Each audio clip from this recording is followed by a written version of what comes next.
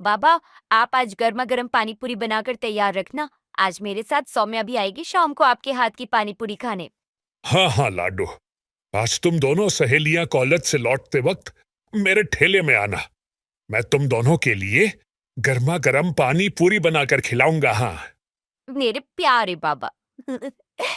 रीना खुशी खुशी बस पकड़कर कॉलेज चली गई। कॉलेज में सौम्या को भी उसने ये बात बताई तो वो भी बड़ी खुश हुई। हाय, हरिया काका के हाथ की गर्मा गर्म पानी पूरी तो मुझे भी बहुत पसंद है। गर्मा गर्म पानी वो तो मैं भी खाऊंगी। वो तो मुझे भी बड़ी पसंद है। मैं भी चलूंगी खाने।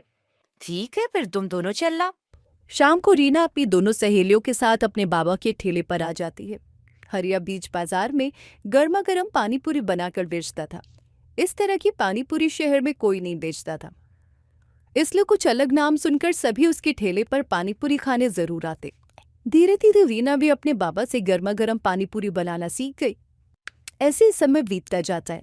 कॉलेज की पढ़ाई खत्म करने के बाद दोनों अमीर सहेलियां पढ़ाई करने के लिए बेंगलुरु चली जाती, और इधर अब रीना के बाबा की तबीयत ठीक नहीं रहती, जिस कारण अब वो ये अपने बाबा का काम संभाल लेती है। वो सारा दिन ठेला यहाँ से वहां लेकर पानी पूरी बेचती और गर्मा गर्म पानी पूरी ठेले पर बनाकर आने वाले ग्राहकों को खाने को देती। गर्मा गर्म पानी पूरी खाओ।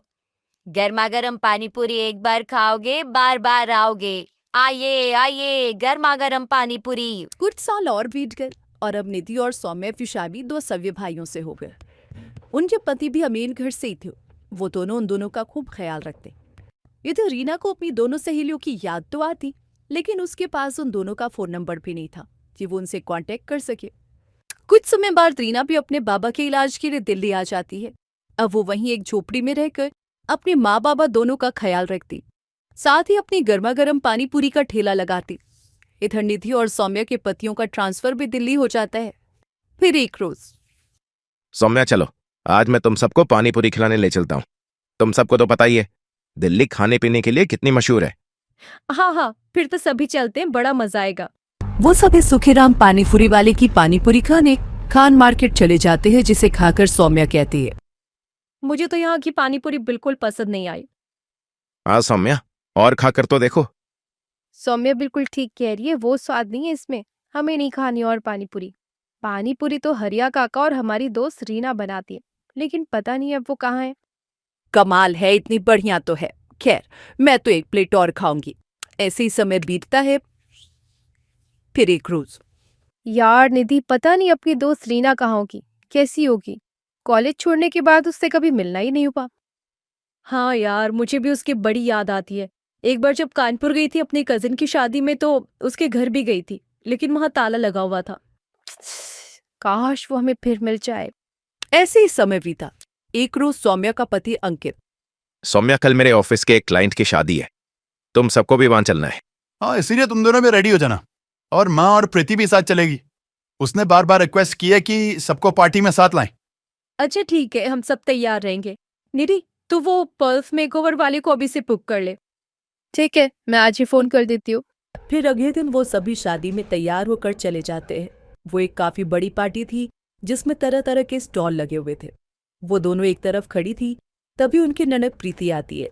निधि भाभी, सौम्या भाभी, आप यहाँ के गोलगप्पे खाकर तो देखो। कसम से आज तक इतने अच्छे गोलगप्पे आपने नहीं खाए होंगे।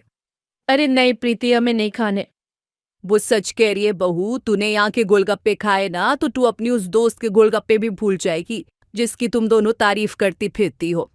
निधि और सौम्या दोनों उस पानीपुरी के स्टॉल पर जाती है, जहाँ वो खाती है गर्मा गर्म पानीपुरी। अरे ये गर्मा गर्म पानी पूरी, इनका स्वाद तो बिल्कुल ऐसा है जैसे अपनी रीना के बाबा बनाते थे, और रीना भी। अरे भैया, ये गोलगप्पे किसने बनाए? बहन जी, ये तो अंदर एक मैडम बनाती आ रही है और इस स्टॉल पर हम बेच रहे हैं। ये तो वही गोलगप्पे। जल्दी चल सौम्या। वो दोनों अंदर जाती हैं, जहाँ रीना गर्मा गर्म गोलगप्पे बना रही थी। सौम्या और निधि को वो देखती है तो बड़ी खुश होती है। सौम्या, निधि, तुम दोनों यहाँ। तुम दोनों की शादी हो गई। कितने अच्छे लग रही हो तुम दोनों। ये सब छोड़ और आकर पहले हमारी कलेजे से लग जा यार। ये बता रीना, तू इस हालत में कैसे? इतनी पढ़ी लिखी होकर भी तू ये सब शादी में गोलगप्पे बनाकर बेच रही है। क्या बताओ दोस्त, इस गरीब की जिंदगी में न जाने ऊपर वाले ने कितने दुख लिखे हैं। कॉलेज खत्म होने के बाद अचानक बाबा की तबीयत खराब रहने लगी, इसलिए घर खर्च चलाने के लिए मैं पानी पूरी बनाकर बेचने लगी। फिर बाबा के इलाज के लिए मैं उन्हें दिल्ली ले आई, लेकिन एक रोज अचानक उनकी मौत हो गई। साहस, खुद को संभालिए। अब वो कभी नहीं लौटेंगे। इन्हें कैंसर की बीमारी थी जो इनके लंग्स तक फैल चुकी थी। फिर खुद को संभाल कर रीना ने अपने पिता का दाह संस्कार किया, लेकिन पिता के जाने के बाद उसकी माँ भी सदमे में चली गई और उन्होंने भी बिस्तर पकड़ लिया। और फिर एक रोज, मेरी बच्ची, मेरे अलावा तेरे इस दुनिया में है ही कौन? अगर तेरे हाथ पीले हो जाते तो मैं बेफिक्र होकर मर सकती थी। नहीं माँ, मैं बड़े से बड़े अस्पताल में तेरा इलाज कराऊंगी। रीना ने दिन रात पैसे जमा किए थे।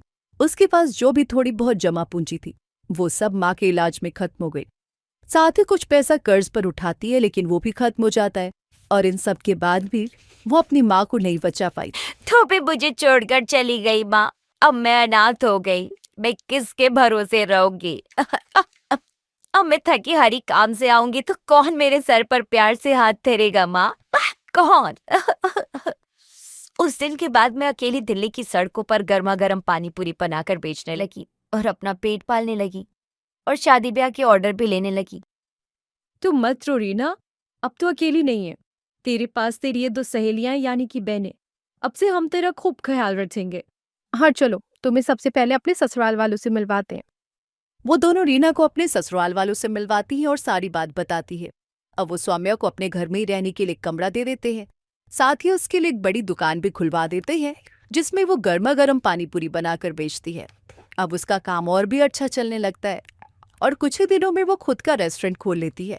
फिर कुछ समय बाद अंकित के एक दोस्त को रीना पसंद आ जाती है और वो उससे शादी कर लेता है। पर रीना भी खुशी खुशी अपनी जिंदगी जीती है।